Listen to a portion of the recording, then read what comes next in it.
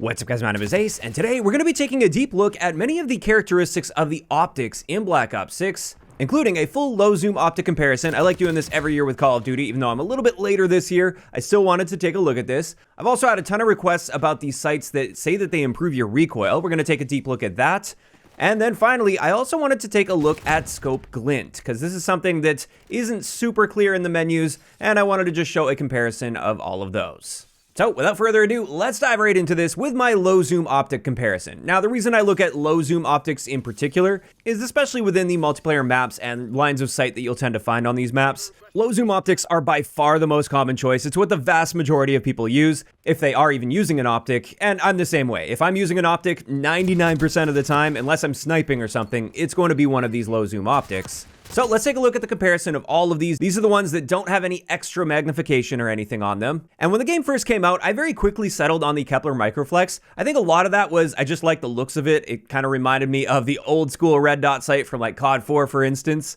And I've been sticking with it without really taking a deep look at all of the other ones until today. And when deciding which one of these optics to use, I have a few criteria that I tend to look for. The first one is the sight picture itself. So what you see contained within the optic, how big is that sight picture? How much can you see? Another really big one is how thick is the frame of that optic? How much is it going to be obstructing anything that's just outside of that sight picture? And then finally, how much of my screen in general is going to be taken up by not only the optic, but also the gun and your hand, because the positioning of the optic will have an impact on how much of the gun itself is going to be up toward the center of your screen. And you can really see that difference when you look at the bottom right ones, the Kepler red dot and the Otero red dot. For those ones, since they're mounted up so high, you're actually not seeing much of the gun itself on your screen compared to many of the others. And with that criteria in mind, I was able to narrow this down pretty quickly to my top 5 low zoom optics here.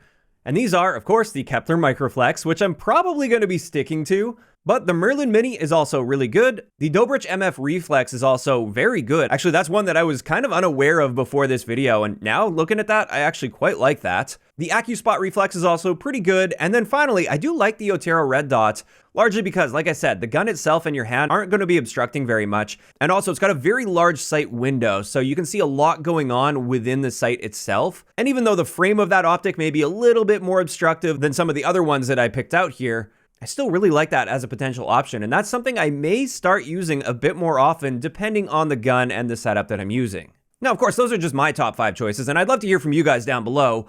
If you are using a low zoom optic, which one is your personal favorite? Or maybe let me know your top 3 if you'd like to. Next, let's talk about optics impacting recoil. This is something I've had a lot of people asking. Is it actually worth it to go for these optics? Do they have a really big impact on recoil, or not so much? So what you might notice when scrolling through the optics is there are a handful of them that will be improving your recoil gun kick. And if you open up the advanced stats, most of them will either improve your gun kick by 30% or 50%, although there's sometimes one that will be about 25%, and there may be some variance depending on the gun, but for the most part, these are the typical values you'll see. And before we get into the recoil testing, just a reminder of what gun kick is. In its most simple form, this is just described as the deviation from your recoil path, how much your gun is bouncing side to side while following the recoil path. It doesn't affect the path itself, so the overall magnitude of recoil isn't really impacted by gun kick. That's going to be impacted by your vertical and horizontal recoil, of course.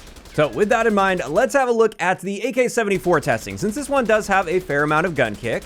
And as you can see, with the AccuSpot Ultra Hollow Sight, which gives us a 30% improvement to gun kick, there's definitely a little bit less side-to-side bounce, especially with the initial recoil. When you compare the base recoil to this, it doesn't deviate from that path quite as much, as you'd expect with an improvement in gun kick. But what about the Hawker Hybrid? This is one of the ones that improves by 50%. And again, while I would say this is a little bit better than the base recoil, it really doesn't look that much different from the 30% improvement. And of course, as expected, there's really no change here to the magnitude of our recoil. It's still kicking upward just as much. It's still got just as much horizontal recoil as well. There's just a bit less random bounciness with the gun as it kicks upward. And again, keep in mind, the AK-74 has quite a bit of gun kick for the assault rifle category, so I wanted to test a different assault rifle here. Let's have a look at the XM4. With this one, by default, we don't have as much gun kick, and as a result, when reducing that gun kick, we're not really noticing nearly as much of a difference here. Honestly, there's barely any difference whatsoever here when it comes to that deviation with either a 30% or a 50% improvement to gun kick.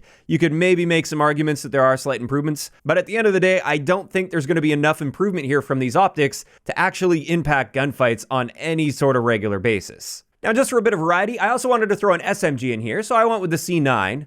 And once again, just like with the XM4, I'm honestly not noticing at least enough of a difference here with this gun kick improvement to be worthwhile. I don't think this is going to impact the outcome of many gunfights, if any at all. And as a result, should you be using these optics to improve your gun kick? I would say if you're using a gun that has very high gun kick like the AK-74, and if you don't mind the sight picture that you get with these optics that improve your gun kick, then I guess go for it. There's really no downside to doing that. However, I'd say that's more so true if you're playing Warzone, where you're taking really long-range fights. At the end of the day, for multiplayer with these 6v6 maps, you're generally not going to be getting into insanely long-range gunfights. And like I said, I personally prefer the optics that are low zoom. They don't zoom in any extra, and none of those optics are going to be helping with recoil at all. And therefore, I find that I'll be much more effective with a sight picture that I actually like and a zoom level that I actually like, even if it's not providing any recoil improvements, over something that is providing recoil improvements, but it's obstructing my target, or it's zooming in way too far for the engagement distances that I tend to find myself in. So it really comes down to personal preference. I wouldn't say there's enough of an improvement here for most guns, though, to really go out of your way to select these optics.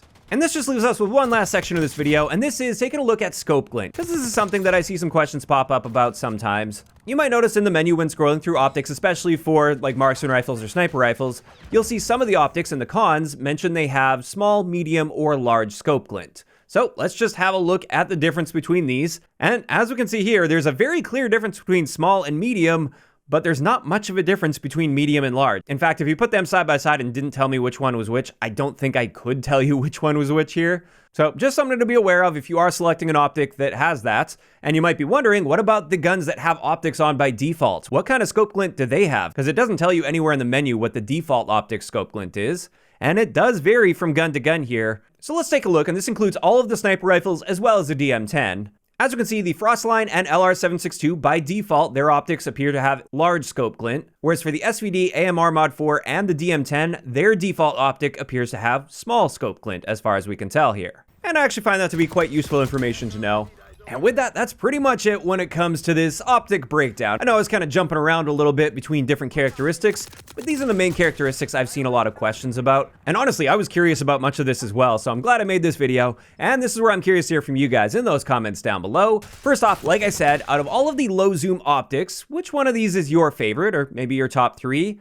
Second, how do you feel about the optics that are improving your recoil gun kick? Do you guys think this is enough of an improvement to actually select these optics? And then finally, how are you feeling about the various scope glint values? Were you surprised by those results? And were you surprised by the fact that there are different values for those default optics? Just let me know down below. If you enjoyed the video, a like rating is always appreciated. And don't forget to subscribe for more if you haven't already. I'll talk to you guys next time.